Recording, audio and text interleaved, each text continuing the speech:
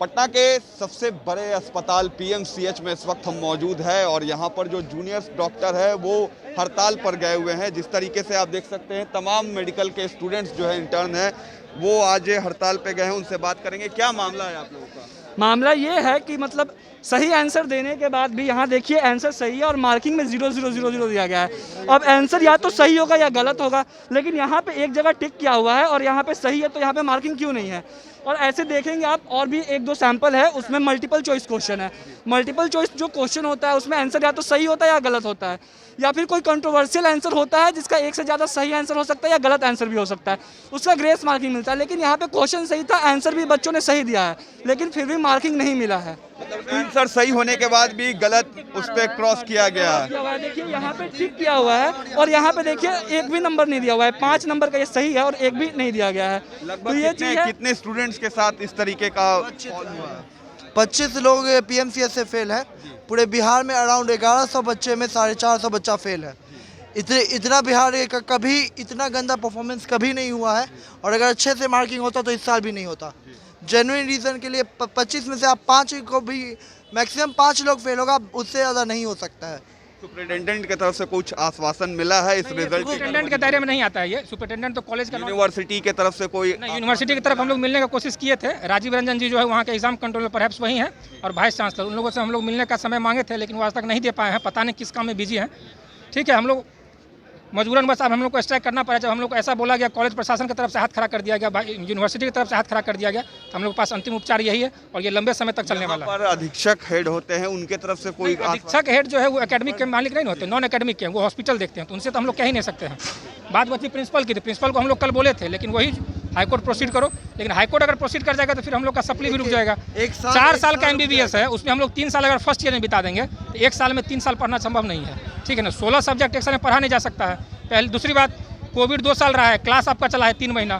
3 महीना में आप चाह रहे हैं बच्चा ऐसा आंसर लिख के दे जिसमें हम उसको फुल्ली सेटिस्फाइड कर दे, ये तो संभव नहीं है। बच्चा लिखा है, BDC प्रेफर्ड टेक्स्ट बुक है, विश्राम सिंह। कब तक स्ट्राइक पर आप लोग रहे? ये अनिश्चितकालीन हड़ताल है, ये चलेगा जब तक यूनिवर्सिटी की तरफ से कोई वाजिब रीजन नहीं आएगा जवाब, हम लोग स्ट्राइक करेंगे। साफ तौर से जो मेडिकल के इंटर्न स्टूडेंट है वो स्ट्राइक पर है, अनिश्चितकालीन स्ट्राइक पर ये लोग चले गए हैं। कुछ स्टूडेंट्स हैं जो गर्ल्स बैकग्राउंड से आती हैं, उनसे भी बात करेंगे। जिस तरीके से देखिए जो रिज़ल्ट में जो गड़बड़ी हुई है, आंसर सही लिखने के बाद भी उनके आंसर्स को गलत बताया गया है, उसको लेकर यूनिवर्सिटी प्रशासन के तरफ से भी अभी तक कोई आश्वासन इन स्टूडेंट्स को नहीं दिया गया है।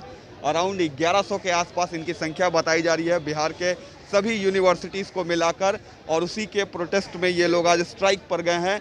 जिस तरीके से बिहार के कई सारे मेडिकल कॉलेजेस में इस तरीके की गड़बड़ी देखी गई है उनके रिजल्ट में। 2 साल से कोविड है, कोविड के दौरान भी ये तमाम स्टूडेंट्स जो थे वो मेडिकल फैसिलिटी दे रहे थे, उसके बावजूद भी 3 साल तक इन्हें फर्स्ट ईयर में ही रखा जा रहा है। लगातार इनके रिजल्ट में गड़बड़ी आ रही है। कुछ स्टूडेंट्स हैं, उनसे बात करेंगे। किस ईयर में है अभी आप? मैं 2nd ईयर में हूँ, अभी पास करके 2nd ईयर में आई हूँ। आपके रिजल्ट में भी गड़बड़ी हुई है? रिजल्ट में सारे की गड़बड़ी है, क्योंकि आप देख सकते हैं कुछ बच्चों का चेहरा सामने आया है, इसका मतलब ये थोड़ी है कि बाकी बच्चों के साथ गड़बड़ी नहीं हुई होगी।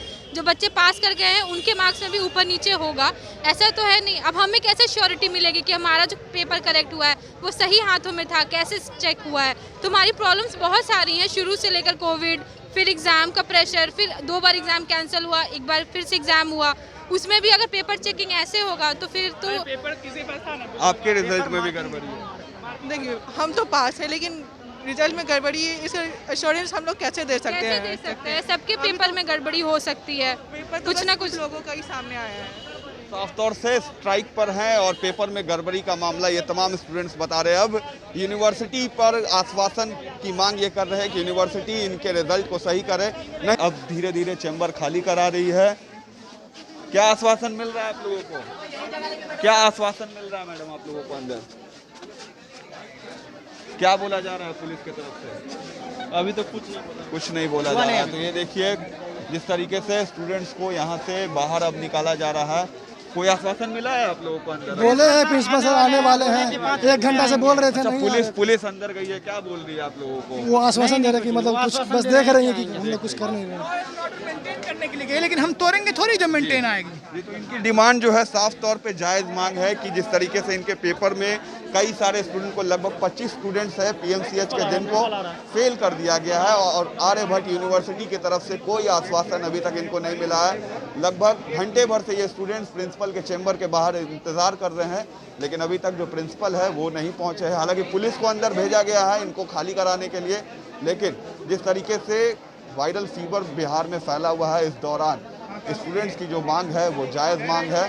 पेपर में गड़बड़ी साफ तौर से देखी गई है, कई स्टूडेंट्स ने उसका प्रमाण दिया है और इसके बावजूद भी प्रशासन और कॉलेज प्रशासन एडमिनिस्ट्रेशन की तरफ से कोई भी संज्ञान सामने नहीं दिया जा रहा।